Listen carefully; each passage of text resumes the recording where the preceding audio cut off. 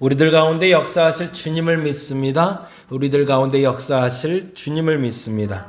그 주님을 신뢰하고 나아가오니 내 안에서 역사하시고 우리 주변에서 역사하시고 우리의 삶 가운데 역사하여 주시옵소서. 각 가정의 대소사를 위해서 기도하길 원합니다. 무엇보다 우리 최승필 권사님 인도네시아 출장길에 올랐습니다. 무엇보다 안전 지켜주시고 안전하게 잘 다녀오게 하여 주옵소서. 우리 김민재 권사님 가정에 또 변화가 있습니다. 우리 규린이를 위해서 기도하오니 새로운 가정의 변화를 위해서 잘 준비하게 하여 주시옵소서. 조병규 집사님 회복을 위해서 기도합니다. 건강하게 하옵소서. 점점 나아지게 하여 주옵소서. 하나님 보시기에 더 건강한 모습 만나보게 하여 주옵소서. 우리 나라와 보라를 위해서 기도합니다. 태중의 아이를 위해서 기도하오니 그리고 산모를 위해서 건강을 위해서 기도하오니 주여 지켜주시고 순산하게 하여 주시옵소서. 김지성 목사님 이제 11월에 의족을 맞춰야 됩니다. 참 좋은 것으로 그 발에 꼭 맞는 것으로 허락하여 주시고 그래서 그 불편함을 조금이라도 감소시킬 수 있는 일이 시작되게 하여 주옵소서. 우리 김영기 집사님을 건강을 위해서 기도합니다. 하나님 고칠 수 있는 것들은 반드시 고쳐주시고 치유할 건 치유하시고 회복시킬 걸 회복시켜 주시옵소서. 우리 조성도 권사님의 딸 민지를 위해서 기도합니다. 자녀들을 위해서 기도하는 엄마와 아빠가 있사오니 그 기도에 응답하여 주시옵소서. 이미경 성도의 간암 간경화 주께서 만져주옵시고 무엇보다 그 마음 만져 주시옵소서. 안은경 권사님 12월에 철심 제거해야 됩니다. 하나님 그때까지 더 건강한 달이 허락하여 주시고 철심 제거 외에도 더 건강한 달이 허락하여 주시옵소서. 우리 혜린을 위해서는 특별히 기도합니다. 하나님 지속적인 관리가 필요하오니 그 관리를 주께서 책임져 주옵시고 점점 좋아지게 하여 주옵소서. 우리 문정단 성도가 매주 함께 예배하고 있습니다. 이제 교인으로서 등록을 받고자 하오니 하나님 그 마음 움직여 주옵시고 무엇보다도 이석증의 회복을 위해서 기도하오니 깨끗이 아물게 하여 주옵소서. 치유하여 주시고 하나님 경험하게 하여 주시옵소서. 우리 박현수 권사님 10월 9일에 퇴원 후에 교통사고 후유증 없게 하여 주옵시고 모쪼록 그 몸의 건강을 주께서 지켜 주시옵소서. 우리의 삶 속에서 다시 한번 역사하실 주님을 요청해 봅니다. 우리의 삶에 필요한 것을 반드시 공급하여 주옵시고 필요 없는 것을 우리가 제거할 때 후회 없게 하시고 원망 없게 하시고 서운함 없게 하여 주옵소서. 꼭 필요한 것들만 우리에게 채우시사 그 꼭 필요한 것이 공급됨으로 그리고 필요한 것이 있으므로 감사하는 우리가 되게 하여 주시옵소서. 감사합니다. 고마우신 예수 그리스도의 이름으로 기도드립니다. 아멘. 아멘. 오늘은 고린도전서 10장 12절 말씀 같이 봅니다. 고린도전서 10장 12절.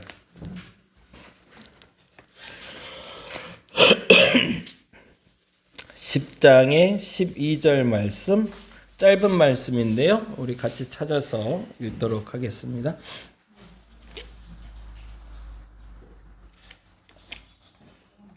(10장) 12절 같이 한 목소리 읽겠습니다.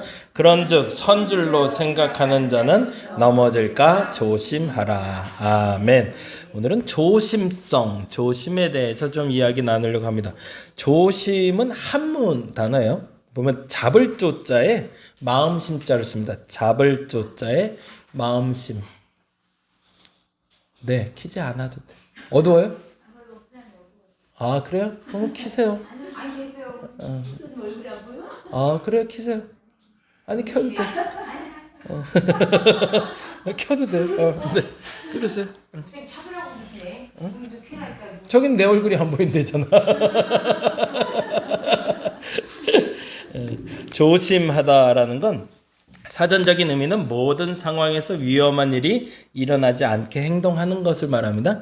행동에 대해서 이야기하는 단어가 조심하다인데 사실은 직역을 하자면 행동 이전에 마음을 잡다라는 뜻이 됩니다.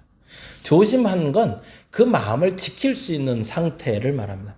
그 마음이 흔들리면 불안해지는 거죠. 그리고 사고가 나는 것이기 때문에 잘못이나 실수, 경솔한 행동을 하지 않도록 언행에 신경을 쓰는 것, 다음 말한 대로 마음을 잡는 걸 조심하다라고 합니다. 특별히 고린도전서에 조심하다는 단어가 굉장히 많이 나와요. 그래서 왜 이렇게 조심하라라는 말이 많이 나올까? 그 얘기를 좀 풀어보려고 그래요. 고린도 교회가 어떤 교회인지를 먼저 아는 게 중요합니다. 고린도 교회는 구성원이 조금 달라요. 예루살렘 교회는 유대인들 중심이었죠. 그리고 유대인들, 그래서 헬라인들은 받지 못하던 교회입니다. 그래서 예루살렘에 120 문도가 모였다. 그래서 예루살렘에서 기도회를 했다. 성령 충만해졌다 하는데 사실은 그 120 문도는 사실은 예수를 믿는 유대인들이었습니다. 그래서 그들이 신기해 여겼던 게 그 유대인들이 다른 나라 말로 방언을 했기 때문이거든요. 그게 독특해 보였고 그게 신기해 보였던 게 예루살렘 교회였습니다.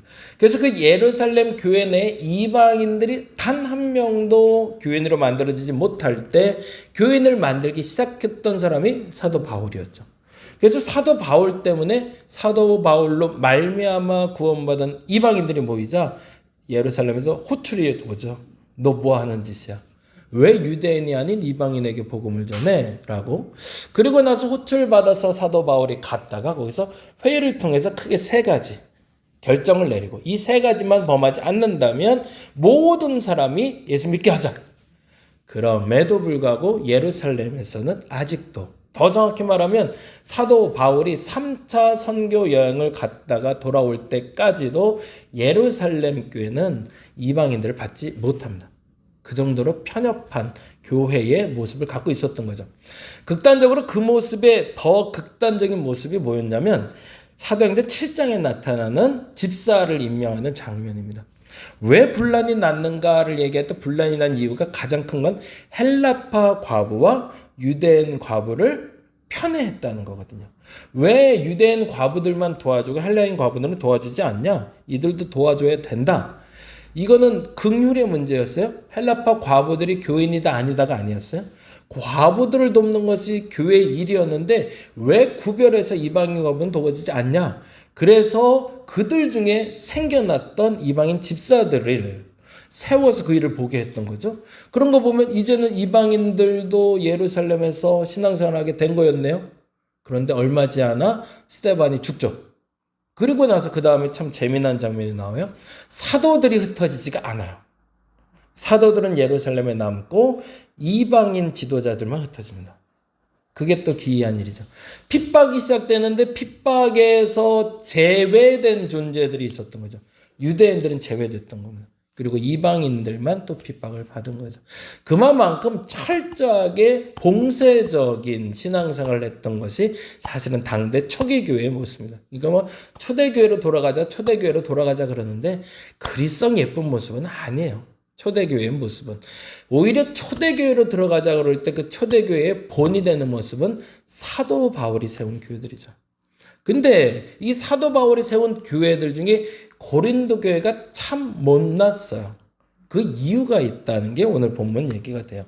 왜냐하면 헬라 사회는 크게 세 종류의 사람이 존재했습니다. 첫째는 노예 말 그대로 사람이 아닌 존재로 불렸던 사람들이 있어요. 근데 이거는 그 로마 시대보다 우리가 더 악해요. 제가 계속 그 얘기 반복해서 하고 있는데 우리나라에 1908년이 되기 전까지 성이 존재하지 않았다는 얘기 혹시 제가 했었나요? 80%에서 70%에서 크게는 80%까지 성을 갖지 못한 사람이 존재했대요. 다른 말로 하면 20%만 양반인 거예요. 그리고 나머지 80%는 노비. 다른 말로 말하자면 사람과 사람이 아닌 말하는 짐승으로 구별되어 있던 거예요.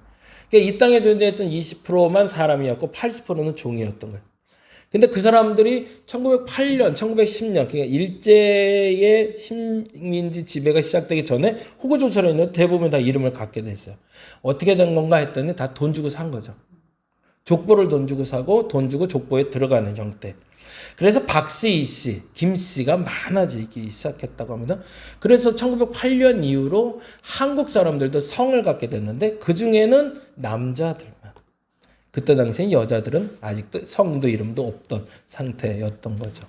근데 가장 큰 문제는 뭐냐면 그때 종이나 노비라고 여겼던 사람들은 같은 민족인 사람들이었다는 거죠.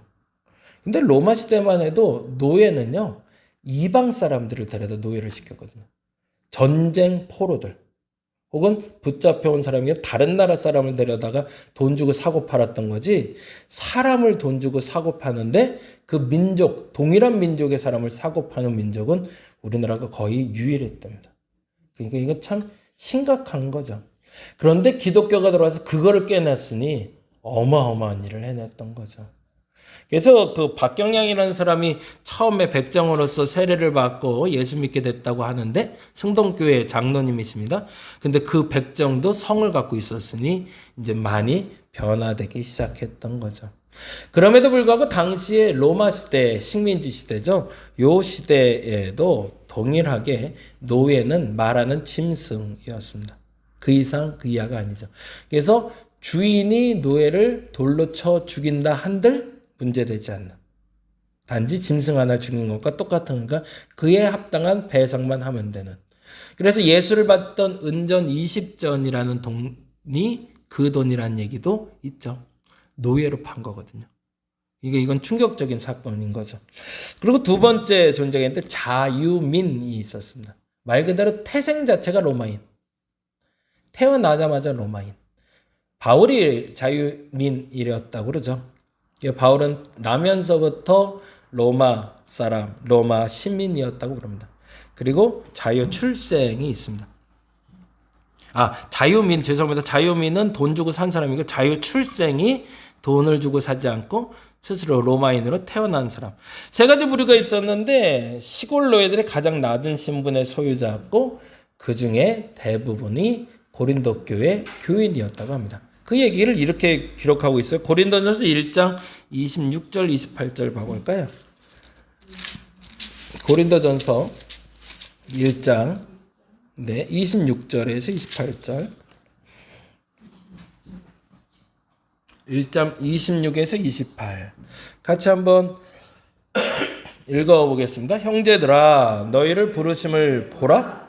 육체를 따라 많지 아니하며 능한 자가 많지 아니하며 문벌 좋은 자가 많지 아니하며. 재미난 표현이 나오죠. 기준이 있는데 기준이 뭐예요? 육체를 따라요. 육체를 따라 어떤 사람들이 고린도 교인들이었대요? 네, 지혜롭지 않다는 얘기죠. 그리고 능하지 않다, 능력이 없는 사람들이고요. 그리고 또 문벌이 좋지 않은 사람들이 고린도 교회 교인들이었대요. 꽤 잘 살고 명문가고 똑똑한 사람들이 있는 게 아니라 좀 무식하고 그리고 좀 천한 사람들이 많았던 교회가 고린도 교회였습니다. 그리고 또 하나 고린도전서 11장 22절에 보니 이렇게 나옵니다. 22절 11장 22절 같이 한번 읽어볼까요? 11장 22절 읽겠습니다. 너희가 먹고 마실 집이 없느냐? 너희가 하나님의 교회를 없은 여기고 빈궁한 자들을 부끄럽게 하느냐? 내가 너희에게 무슨 말을 하랴? 너희를 칭찬하냐? 이것으로 칭찬하지 않노라. 거기에 빈궁한 자들을 부끄럽게 하느냐라는 부분을 여러분이 주목하시면 좋을 것 같아요. 없는 사람인데 무식한 사람인데 지혜롭지 못하고 능하지도 않은 사람이 그 와중에 또 가난한 사람들은 무시했다는 얘기죠. 그러니까 뭐한 사람이 뭐한다고 모난 돌이 더 모난 돌을 욕하는 형국이 나타나니 야 내가 이걸 어떻게 말해야 될까라고 얘기하는 거죠. 특별히 노예에 대한 이야기를 하는 것이 고린도전서 7장에 나옵니다. 7장 21절 말씀 한번 볼까요? 7장 21절 이건 굉장히 파격적인 얘기를 하고 있는데요. 7장 21절 같이 한번 읽어봅니다. 내가 종으로 있을 때에 부르심을 받았느냐? 염려하지 말라. 그러나 내가 자유롭게 될 수 있거든 그것을 이용하라 라고 얘기합니다. 심지어 종들도 그리스도인이 되었던 동네가 고린도 교회라니까. 그러니까 고린도 교회의 중심축으로 있었던 사람들은 사실은 문벌이 좋거나 상류층이거나 명문가의 가문이 아니라 조금 천한 사람들, 조금 문제가 될 만한 사람들, 그들이 있었다는 거죠. 그건 사도행전을 조금 면밀히 봤던 분들은 기억이 나실 거예요. 이방 신상들이 결정적으로 절정에 이르러서 무너지기 시작한 때가 고린도 교회였습니다. 사도 바울이 활동하면서 가장 많은 역사가 나타났던 동네이기도 했고요. 가장 많은 우상이 회파됐던 동네가 고린도 교회입니다.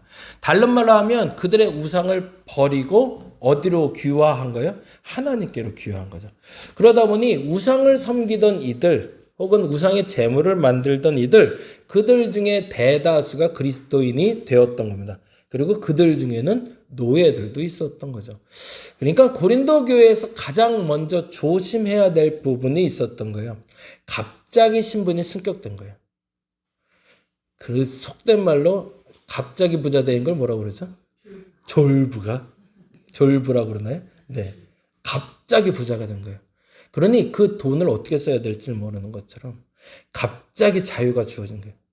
그동안은 주인이 시킨 대로 해왔거든요. 근데 이제 나를 시킬 주인이 없어지기 시작했어요. 그리고 그 주인들도 종들을 풀어줘서 자유민을 만들어줬단 말이에요. 그러니까 어떻게 살아야 될지 모르겠네요. 그러니까 방만하게 살아가기 시작하자 그들에게 조심하라라는 단어를 쓰기 시작한 거예요. 그래서 그 단어가 반복되는 게 사실은 고린도전서가 됩니다. 근데 그 와중에도 고린도전서에 나온 사람들 중에 대다수는 사실은 그런 빈궁한 자고 그리고 무식한 사람이었다면 소수의 또 잘난 척하는 그 명문가의 그 부자들도 또 있었던 거예요. 그러니까 전체를 싸잡아서 뭔가를 얘기해 줄 필요가 있었던 거죠. 그래서 첫 번째는 갑자기 신분이 상승된 너희가 어떻게 해야 되는지를 조심해라. 이제 구체적으로 그렇게 해서 이렇게 얘기합니다. 8장 9절로 가보죠. 고린도전서 8장 9절에 가면 이런 말씀이 나옵니다. 8장 9절 말씀. 같이 한번 읽어보겠습니다. 그런즉 너희의 자유가 믿음이 약한 자들에게 걸려 넘어지게 하는 것이 되지 않도록 조심하라. 앞뒤 양식을 보면 도대체 믿음이 약한 자들의 걸림돌이 되는 게 뭔지가 나옵니다. 8절만 봐도 알 수 있겠죠. 7절, 8절 읽어봅니다. 그러나 이 지식은 모든 사람에게 있는 것이 아니므로 어떤 이들은 지금까지 우상에 대한 습관이 있어 우상의 제물로 알고 먹는 거로 그들의 양심이 약하여지고 더러워지나. 뭐 때문인지 알겠네요. 그들이 믿음이 약한 자에게 시험거리가 된 건 뭘까요?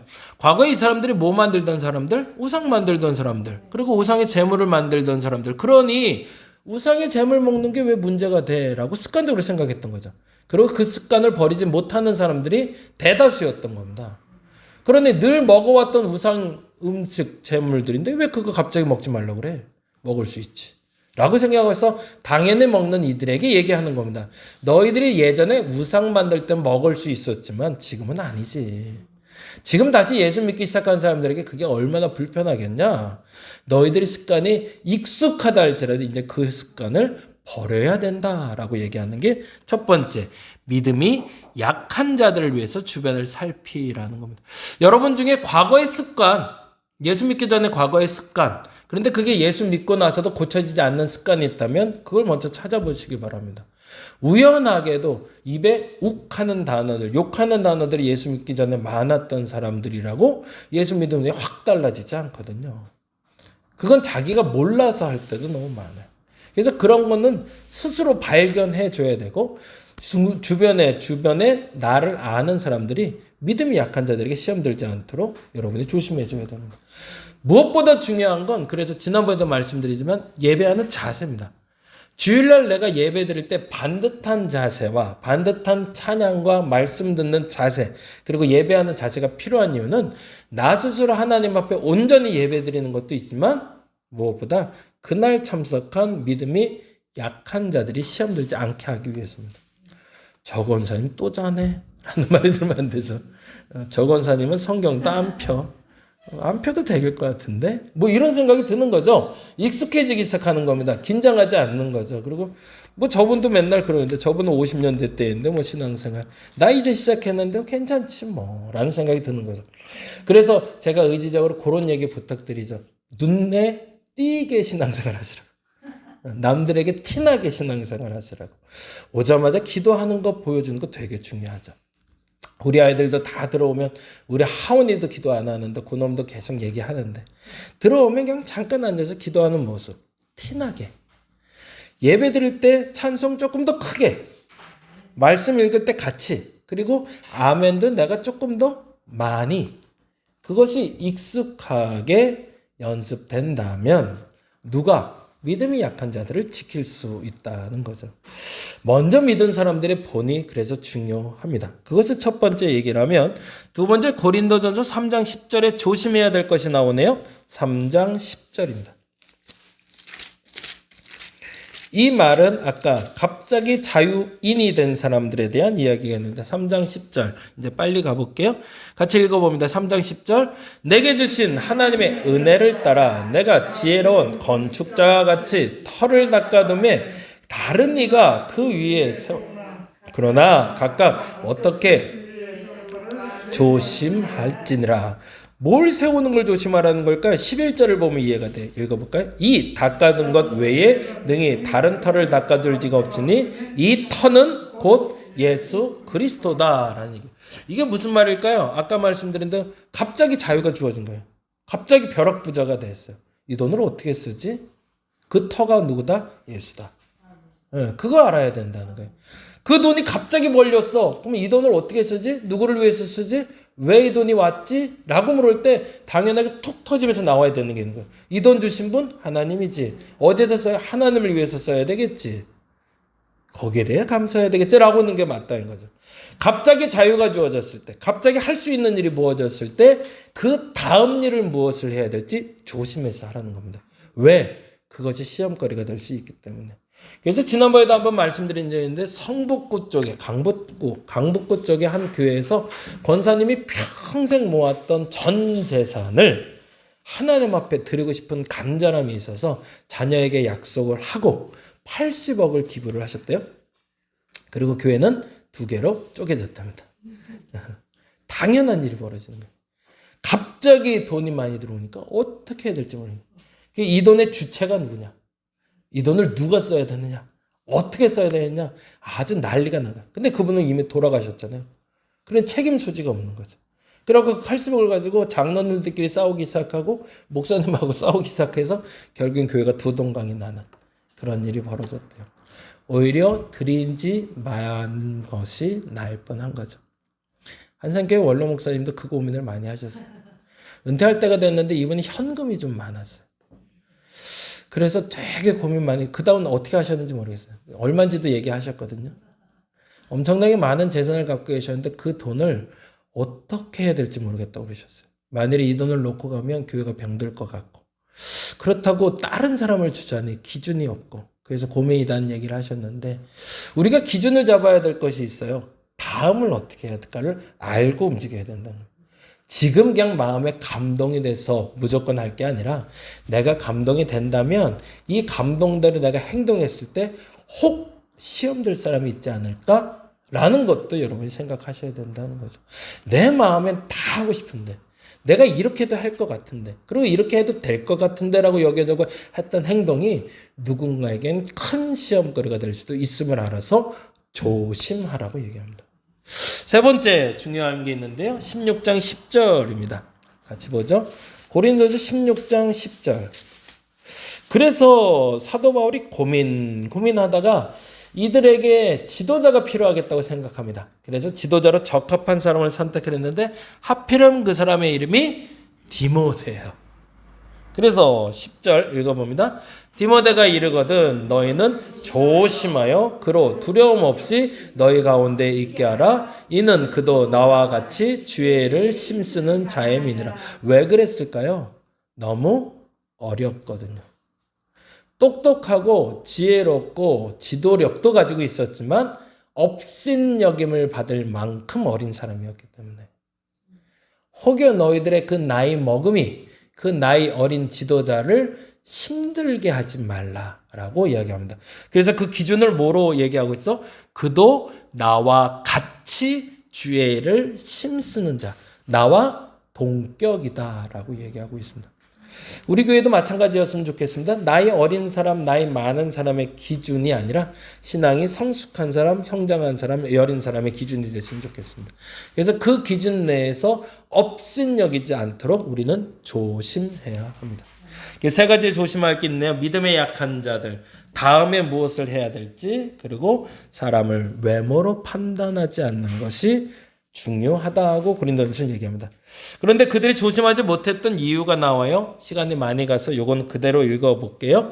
첫 번째, 신령한 음식의 귀중함을 알지 못했기 때문에. 거기다 음식이라고 적어주시면 돼요. 무슨 말이냐면 그들이 이전에 받았던 은혜가 얼마나 큰 것인지, 그 은혜가 내게 어떤 것인지, 그래서 내가 얼마나 겸손해져야 되는지 몰랐기 때문에 그들이 그런 조심성이 없다라는 겁니다. 저와 여러분이 구원받음이 얼마나 큰 은혜인지를 명심하시기 바랍니다. 하나님이 나를 구원하셨습니다. 잘나서도 아니고요. 특별해서도 아니고 남들보다 대단한 걸 해서도 아니에요. 그저 나를 사랑하셔서. 그게 진짜 아멘이 돼야 돼요. 그러면 남들 앞에서 함부로 행동하지 않는다는 얘기죠. 두 번째, 이게 또 무서운데요. 두 번째는 악을 즐기는 사람이었다. 그냥 있는 쾌락이란 쾌락은 다 즐겼던 사람이었던 겁니다. 그게 고린도서 10장 6절에 11절에 음란에 대해서 나오고 우상 섬기는 게 나오고 하고 싶은 거 다 하면서 예수 믿는다고 말하는 사람들. 지난 금요일날 말씀드린 것처럼 이게 이제 자꾸 혼돈될 때가 와요. 이게 문화인가? 이게 신앙인가? 혼돈이 와요. 문화는 문화대로 받아들여 주는 게 맞아요. 그리고 문화는 인정해 줘야 돼요. 근데 그게 신앙의 걸림돌이 된다면 우리는 과감히 끊을 줄도 알아야 되는데 요 선이 참 묘해지기 시작해요. 그 선이 흐려졌어요. 굉장히 많이 흐려져서 어찌할 바를 모르는 것들이 많아지기 시작했습니다. 그래서 이 기준을 어떻게 해야 될까? 하여튼 고민해 봐야 됩니다. 결혼은 아예 이제는 옛날에 생각했던 결혼하고 개념이 완전히 달라졌죠. 그렇죠? 결혼관, 우리 아이들이 결혼식을 안 하고 혼인신고하는 것, 그리고 혼인신고를 안 하고 사는 것, 이런 게 예전에는 난리 날 물인데 이건 그냥 문화가 됐어요. 거기까지는 우리가 양해할 수 있지만 그 다음 것들에 대해서도 과연 어디까지 우리가 양보할 수 있을까? 이런 부분은 우리가 기독교 문화뿐만 아니라 세상 문화를 보면서 그 가치관의 기준을 우리는 세워야 된다는 거죠. 성적인 순결의 문제, 사실은 어디까지 봐야 될까? 우리 아이들에게 가르쳐야 될 그 기준, 도덕적인 기준은 어디까지일까? 이거는 우리가 다시금 고민을 많이 해봐야 될 겁니다. 그래서 사람들이 익숙한 거예요. 악을 즐기는 건지 내가 선을 행하는 건지 혼돈되기 시작한 겁니다. 그게 두 번째 얘기였고요. 그래서 조심하지 않게 됐다는 거고, 세 번째는 오늘 읽었던 본문대로 교만하기 때문입니다. 자기가 스스로 선줄로 착각해서 내가 잘하고 있는데 뭐 나처럼만 하라고 그래 라고 말하는 거죠. 이게 얼마나 위험한 말인지를 모르는 거죠. 어떤 사람들이었을까요? 당시에 그 갑자기 자유민이 된 사람이나 그 와중에 권력을 갖고 있고 명망 있는 집안의 사람들이었겠죠. 너희들이야 가난해서 모르지. 너희들이 잘난 집안에 태어나지 못해봐서 모르지. 원래 이렇게 사는 거야 라고 불어 가르치는 사람들. 제가 이렇게 답사를 많이 하려고 애를 써요. 그래서 사람들이 이렇게 가이드를 하는데요. 꼭 문제가 되는 사람들이 있어요. 가이드를 가르치려는 사람들이 꼭 있어요. 이상해요. 꼭 열에 하나 꼭 있어요. 그래서 옆에 붙어서 열심히 듣는 척 하다가 그건 아닌데 그래요. 그리고 엉뚱한 질문을 해요. 그래서 이거는 이렇지 않나요? 라고 얘기하는데 얼토당토한 얘기를 안 하면서 에이 그건 모르고 하는 소리예요? 그러고 얘기하는 분들이 있어요. 예, 잘못된 선생님들, 반 선생님들이 계세요. 이게 조금 안타까워요. 근데 그들 생각엔 그거죠. 선줄로 자기들은 생각하는 거죠. 요번에 우리 강의할 때 용인 지역에 대한 역사 그 강의가 한 번 있어요. 4주짜리. 여자 선생님이 왔는데 좀 이쁘장하고 야리야리한 여성 같은 분이 오셨어요. 근데 남자분들이 이렇게 앉아있는데 장난치고 싶었는지 참 못돼서. 근데 나이 드신 분하고 조금 나이가 좀 젊은 이 둘이 앉아갖고 첫 강의 끝나고 나서 잠깐 쉬는 시간인데 툭 하고 그러는 거예요. 에이 이렇게 쉽게 가르치려면 못하러 가르쳐 그러는 거예요.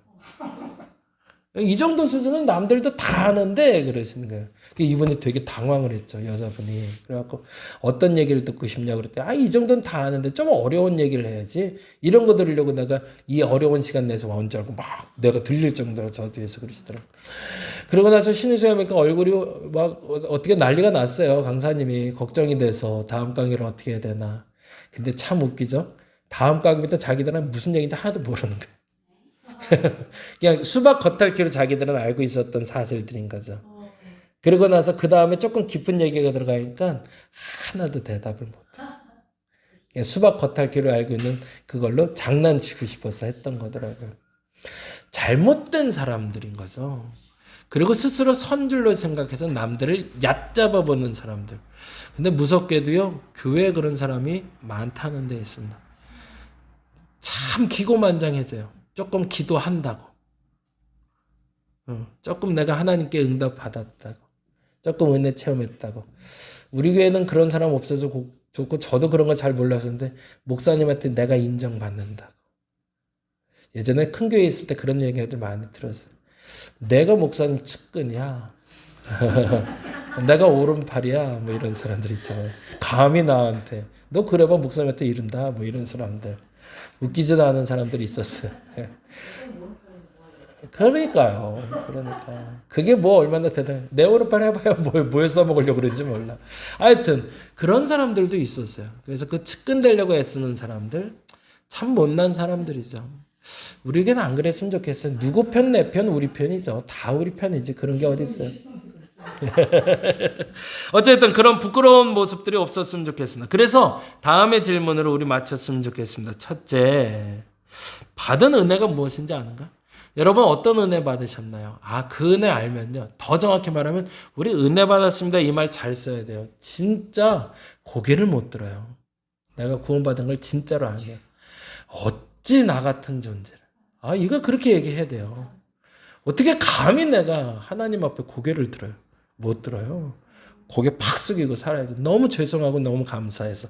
그게 받은 은혜예요. 근데 그 받은 은혜가 뭔지를 모르고 신앙생활하면 기고만장해지는 거죠. 두 번째, 습관적인 악이 있지는 않는지 여러분 보셔야 됩니다. 툭툭 던지는 잘못된 실수가 아니라 죄. 이거 안 해야 되는데. 근데 나도 모르게 하는 행동들이 있어요. 그것들은 고쳐야 됩니다. 반드시. 세 번째, 너무 중요한데요. 비교하면서 남들과 비교해서 조금 지가 잘난 것 같으면 난 선해, 넌 악해. 넌 낮아, 난 높아. 에이그 저 못난 놈이라고 속으로라도. 이런 습관이 있지는 않은지 조심해야 될 세 가지입니다. 우리가 신앙생활하면서도 마찬가지지만 우리가 삶 속에서도 이 세 가지는 조심해줘야 돼요. 첫째, 내 받은 은혜가 무엇인지 알고 살아가시기 바랍니다. 매일매일. 그래서 사도 바울의 말이 멋있죠. 나는 날마다 죽노라. 내가 그리스도와 함께 못 박혔나니라는 단어가 나오는 것처럼 우리의 삶의 고백이 그러시길 간절히 바랍니다. 두 번째는 나도 모르게 나오는 습관적인 죄. 한번 버려보죠. 잘 안 되더라고요. 저도. 근데 버리려고 애써야죠. 세 번째, 비교, 우위 점하지 마시기 바랍니다. 비교해서 오히려 나보다 낮은 사람이 있다면 높여주려고 애쓰는 저와 여러분 되시기를 간절히 바랍니다. 자, 찬송을 했으면 좋겠는데 자신이 없네요. 이게 신기해요. 저희 집 사람은 그래도 음악을 좀 했던 사람이라 그런지 몰라도 찬송할 땐 기침을 안 하더라고요. 근데 말을 할 때 기침을 해요. 근데 저 말할 때는 기침 안 해요. 그렇죠? 말할 땐 기침이 안 나오는데 찬송할 때 기침 나요.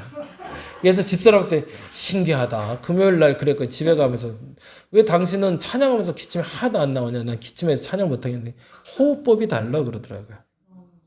네, 호흡법이. 그러고 생각하니까 말할 때 호흡법하고 찬양할 때 호흡법이 다르더라고요. 그게 조금 익숙한 게 있는 것 같습니다. 그럼에도 우리 한 곡만 부르고 우리 해보죠. 안혜영 권사님 왔으니까 한번 믿어서 크게 불러주리라 믿고 한번 해보죠. 한 곡 같이 부르고 같이 기도하도록 하겠습니다. 38번 같이 부르고 은혜 같이 부른 후에 우리 다 같이 기도하고 우리 한번 결단하고 돌아가는 시간, 내가 무엇을 조심해야 될지 선택하는 시간 되시기 바랍니다. 내가 누려왔던 모든 것들이, 내가 지나왔던 모든 시간이, 내가 걸어왔던 모든 순간이 당연한 것 아니라 은혜였소.